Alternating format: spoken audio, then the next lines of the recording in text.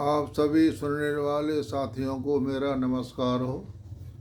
हमारी अभी भावों पर चर्चा चल रही है, तो अब मैं आपको बताने जा रहा हूँ सप्तम भाव का स्वामी का फल किस घर में बैठा हो तो क्या फल होता है। उसे आप ध्यान से सुनेंगे तो आपको कुंडली देखने में बहुत आसानी हो जाएगी। ये बातें आप नोट कर लें या वीडियो को एक आध दो बार देखेंगे तो आपको याद हो जाएगा। सप्तम भाव पत्नी का होता है, पत्नी या पति का, और पार्टनरशिप का। क्यों? यह दशम से दशम भाव होता है। जब भी हम किसी भाव का फल बताएं तो भाव और भावात का दोनों को लेकर चलते हैं। दोनों अगर सही स्थिति में है तो उसका वो कार्य पूर्ण सफल होगा। दशम से दशम भाव है सप्तम भाव। यह पार्टनरशिप का भी है, पति या पत्नी का है। तो अब मैं बता देता हूँ, अगर प्रथम भाव में सप्तमेश होगा अथवा लग्ने सप्तम में है तो जातक अपने जीवन साथी से अत्यधिक आसक्ति युक्त, मतलब उन दोनों में आपस में प्रेम अच्छा होगा, मतलब उनमें अच्छी बनेगी और यात्राएं लगातार करता, मतलब यात्राओं का ज़्यादा संबंध होगा। और लगने क्षीण हो तो कई स्त्रियों से संबंध।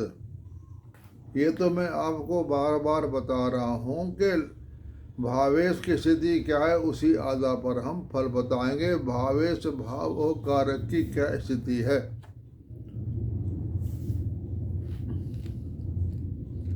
जो भावेश मान लो शुक्र है और शुक्र सप्तम भाव में बैठा हुआ है तो वो उसके लिए हानिकारक है, ठीक नहीं होता है।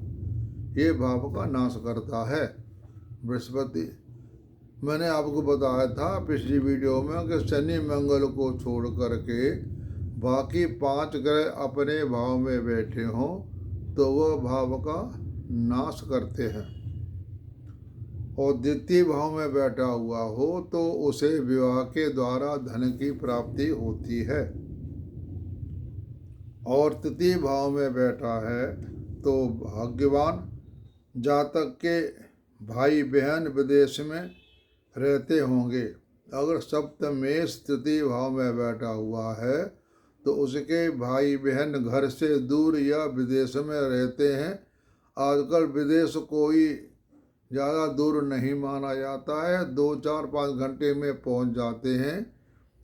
यानी घर से दूर को हम विदेश को भी दूर कह सकते हैं। विदेश तो है ही है, यानी घर से जो दूर होगा उसे हम कहते हैं विदेश, एक मोटी भाषा में। और चतुर्थ भाव में सप्तमेश बैठा है तो आनंद युक्त पत्नी होगी, सही पत्नी होगी, शील स्वभाव की होगी और उच्च शिक्षा उसकी बहनें अधिक होंगी। और पंचम भाव में बैठा हुआ है तो शीघ्र विवाह होगा, जीवन साथी धनी होगा। सप्तमेश पंचमेश का आपस में संबंध बनता है तो यह लव मैरिज का योग बताता है। यानी सप्तमेश और पंचमेश का किसी भी तरह से संबंध आता हो तो वहाँ पर लव मैरिज का संबंध ज़्यादा बताता है। आजकल लव मैरिज का संबंध बहुत चल रहा है। आजकल यह लव मैरिज का नियम निकालना बहुत टेढ़ी खीर हो गई है।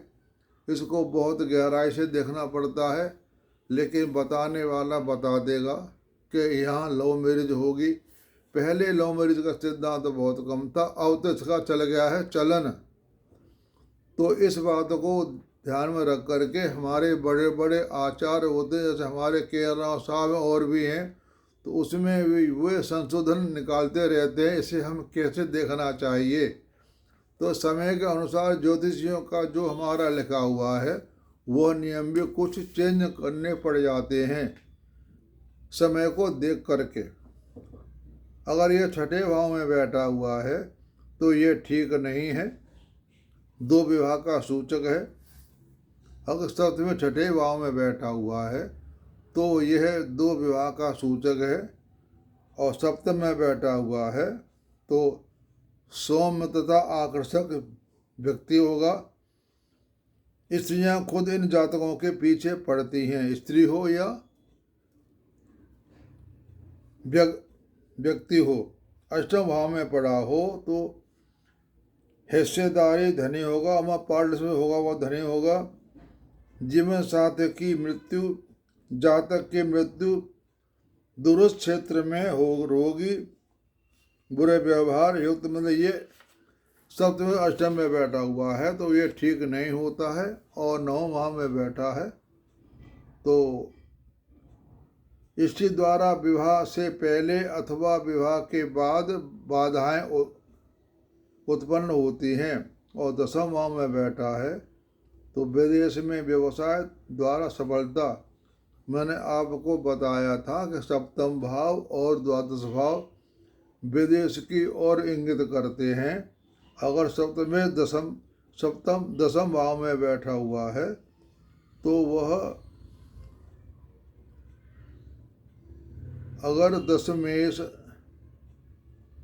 नौवां बैठा हुआ है तो स्त्री विवाह से पहले अथवा बाद में बाधाएं उत्पन्न होती हैं। और दसम भाव में बैठा है तो विदेश में व्यवसाय द्वारा सफलता मिलेगी। और 11 भाव में बैठा है तो धनी 12 एक से अधिक विवाह कानून रूप से अथवा अनैतिक। और अगर सप्तमेश 12 भाव में बैठा हुआ है तो एक से अधिक भार्या विवाह देर से होगा। पति की मृत्यु अथवा अलगाव यानी तलाक होने की संभावना रहती है। ये मैंने आपको सप्तम भाव के बारे में बता दिया। अब आप सबको मेरा नमस्कार। इसके बाद में वीडियो और बनाऊंगा तो यूट्यूब पर डालता रहूँगा। आप सबका सुनने का धन्यवाद। आपको अच्छा लगे तो लाइक करें, सब्सक्राइब कर दें। सब्सक्राइब करने के बाद अगर आप ऑल सब्सक्राइब करेंगे तो मेरी वीडियो जो भी बनेंगी आपके व्हाट्सएप पे अपने आप पहुंचती रहेंगी। यही फ़ायदा है ऑल सब्सक्राइब करने से, और मेरा भी उत्साह बढ़ता रहेगा कि हाँ, मेरी वीडियो को आप सभी प्रिय सज्जन लोग बड़े ध्यान से सुन रहे हैं। आप सबको धन्यवाद और मेरा नमस्कार।